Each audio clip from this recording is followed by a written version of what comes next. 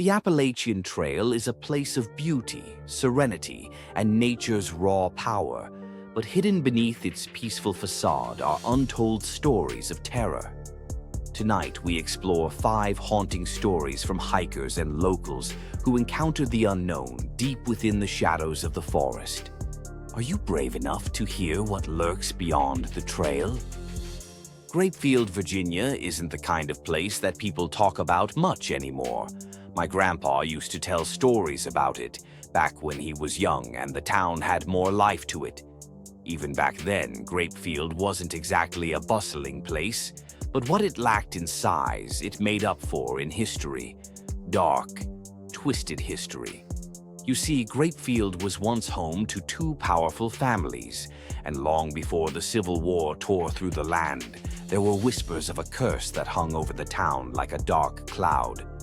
The families, one owning slaves, the other vehemently against it, had been at odds for as long as anyone could remember.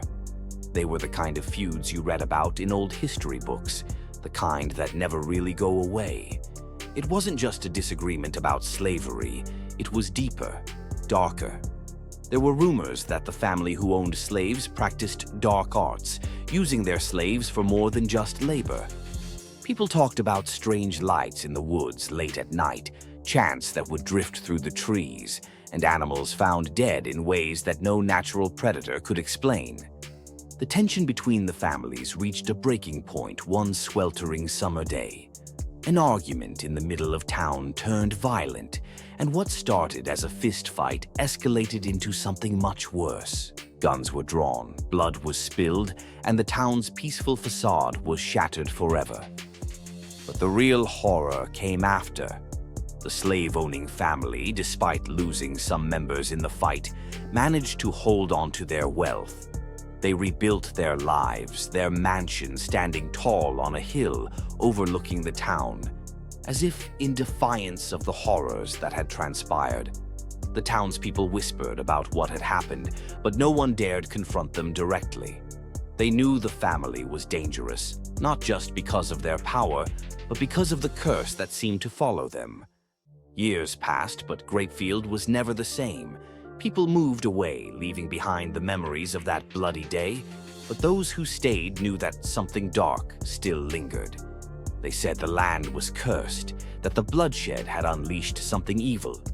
The town was never able to grow, never able to thrive. Grapefield was stuck in time, haunted by its past. But the most terrifying story was the night the town's fury finally boiled over. The townspeople, fed up with the cruelty of the plantation owner, decided to take matters into their own hands. A group of men, angry, desperate, and reckless, gathered late one evening. Armed with torches and fueled by the need for justice, they marched up the hill toward the mansion. The plan was simple. They were going to scare the plantation owner, make him leave town for good. But things quickly spiraled out of control. In their rage, they broke into the mansion, dragging the owner and his family out of bed. His wife, his children, none were spared. The mob didn't care about the innocents caught in the crossfire. They wanted revenge, and they didn't care how they got it. As the mob surrounded the mansion, someone, no one knows who, lit a torch and threw it through the window. The flames caught quickly, consuming the old wooden house in a matter of minutes. The townspeople watched as the fire raged, the screams of the family trapped inside echoing through the night. But even as the house burned, there was a moment when the flames flickered and seemed to dim, just for a second. And in that brief moment, the townspeople swore they saw something standing in the flames, something not quite human. The mansion burned to the ground, and with it, the last of the plantation family. But the curse didn't die with them. In fact, it only grew stronger. For years after the fire, strange things began happening in Grapefield. People would disappear only to be found days later, wandering in the woods with no memory of where they had been. Animals were found mutilated, their bodies arranged in strange patterns. And on certain nights, when the wind blew just right, you could hear the faint sound of chanting coming from the direction of the old plantation grounds. Even now, Grapefield is a ghost town. The few people who live there won't talk about what happened, but the stories have a way of escaping. And if you ever find yourself passing through on the Appalachian Trail, you might hear the whispers, carried on the wind, of a town that paid the price for its sins. If this chilling story has left you on edge, don't forget to like and share this video. Let's see if your friends can handle the dark history of Grapefield as well. It was in the early 1930s when Grapefield's curse took a more sinister turn. Hiram Carter, a seasoned hunter, had lived in the area his whole life. He knew the woods better than anyone, having spent decades tracking deer, bears, and every other creature that called the Appalachian wilderness home. But nothing could have prepared him for what he encountered one chilly autumn afternoon. Hiram was deep in the woods, further than he had ever gone before, when he saw something dart between the trees. At first, he thought it was just a deer, fast and agile, barely a blur in the distance. But something about the way it moved wasn't right. It was too big, too fast. He caught a glimpse of it again, and his heart skipped a beat. This wasn't an animal he recognized. He stood frozen, rifle in hand, eyes scanning the dense forest. The woods were eerily quiet, the usual sounds of birds and rustling leaves absent. And then, there it was again. A flash of movement, closer this time. Hiram's instincts kicked in, and he began to back away, keeping his eyes on the trees.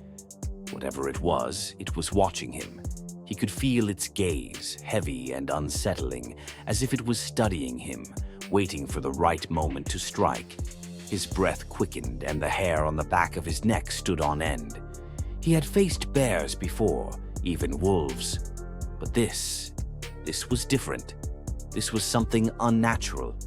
Suddenly, the creature lunged from the underbrush. It was massive, easily over 6 feet tall on all fours, its body covered in thick, matted fur. It moved with an unnatural speed, barreling toward Hiram with a low, guttural growl. Hiram barely had time to raise his rifle before the creature was on him. He fired a shot, but it went wide, the creature dodging with an agility that seemed impossible for something so large. Panicked, Hiram turned and ran, his heart pounding in his chest as he tore through the forest. He could hear the creature behind him, its heavy footsteps thudding against the ground, growing closer with each passing second. His legs burned as he sprinted, the trees blurring around him in a haze of fear and adrenaline. Just when he thought he couldn't run any further, the footsteps stopped. Hiram skidded to a halt, his chest heaving as he listened to the silence that had fallen over the forest. Slowly, he turned around, half expecting the creature to be right behind him. But there was nothing. No sound, no movement. It was as if the creature had vanished into thin air. Shaken, Hiram stumbled back to his truck and sped into town, his mind racing with what had just happened. He told anyone who would listen about the creature that had chased him, but most people dismissed his story as nothing more than a tall tale, the ramblings of a man who had spent too much time in the woods. But then, a week later, 2 young girls who had been playing near the old plantation ruins came running into town, screaming about a monster in the woods. Their descriptions matched Hiram's, massive, covered in shaggy fur, moving on all fours before standing upright to watch them. The townspeople could no longer ignore the warnings. The town's best hunter, Rufus Robinson, gathered a group of men to track down the creature. They spent days combing the woods, but found nothing. It wasn't until they reached the ruins of the old plantation that they finally came face to face with the beast. Rufus fired the first shot, hitting the creature in the shoulder. It let out a deafening roar and charged at them, but the group stood their ground, unloading their rifles into the beast until it collapsed. As they approached the body, they expected to see some kind of animal, but what they found was far more horrifying. The creature wasn't an animal at all.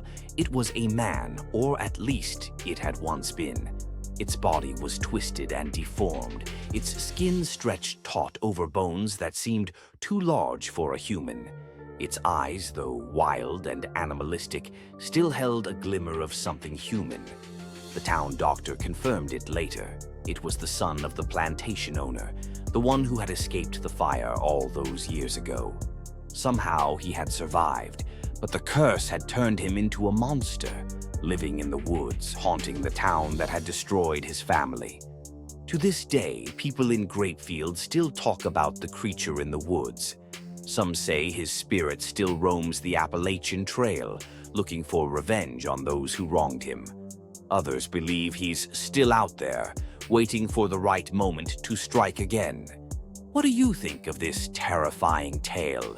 Leave your thoughts in the comments below and share your own experiences of strange encounters in the wilderness.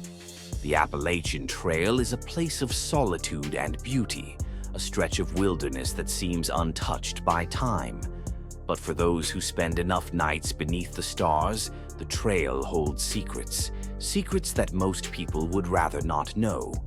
One night, while hiking alone, I came face to face with one of those secrets. I had been hiking for days, enjoying the peace and quiet of the trail. It was just me, the trees, and the endless sky above. The only sounds were the crunch of my boots on the dirt path and the occasional rustle of animals moving through the underbrush. It was the kind of peace that can make you forget the world outside, make you feel like you're the only person left on Earth. That night, I set up camp in a small clearing, the stars twinkling overhead like tiny pinpricks of light. The air was crisp, and the fire crackled softly as I sat beside it, warming my hands. Everything felt right. But then, as the fire began to die down, I heard something that made my blood run cold. At first, it was just a faint sound, barely audible over the crackling of the fire. It could have been anything, an animal, the wind in the trees. But then it came again, louder this time. A voice, a woman's voice calling out from the darkness. "Hello," the voice said, soft and distant, as if it was coming from far away. I froze, my heart pounding in my chest. I hadn't seen anyone on the trail for days. There was no reason for anyone to be out here, especially this late at night. But the voice was unmistakable.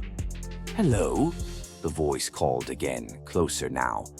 I stood up, my eyes scanning the darkness beyond the firelight. The trees loomed tall and menacing, their branches swaying gently in the night breeze. I could see nothing, but the voice continued, growing louder, more insistent. "Is someone there?" I called out, my voice trembling. For a moment there was silence, and then the voice responded. "Come closer," it whispered, so faint I could barely hear it. A chill ran down my spine, and every instinct told me to stay by the fire, to not move a muscle. But something about the voice was so compelling, so soothing. I found myself taking a step forward, then another, my feet moving without my consent. "Come closer," the voice repeated, and now it sounded like it was right next to me. I stopped, my breath catching in my throat. The fire behind me flickered, casting long shadows across the trees.